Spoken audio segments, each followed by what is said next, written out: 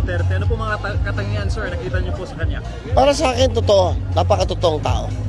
Ang feeling ko na, na talagang walang iniisip na masama pa para sa kababayan natin at sa bayan natin. Ako, namit ko siya. Pinatawag niya ako sa Malacanang. Alam mo ba kung ano pinakain niya sa akin? Isang okra, isang sitaw, at isang talong. Gulay. Gulay at merong isda. Tapos, meron kaming sabaw na may malunggay. Sabi niya, ayaw niya na kumakain ng steak sa Malacanang dahil masyadong mahal. Sinabi niya sa akin yan. Totoo yun. Ayun, ayaw niya. Sabi niya, pasensya ka na, ayaw namin gumastos ng malaki. Dahil, alam mo naman, syempre, nakakahiya. Kumakain tayo ng masarap, marami naghihirap. So, nung mula nun, sabi ko, ibang klase, saka ayaw niya magpatawag na presidente siya, mayor lang ako.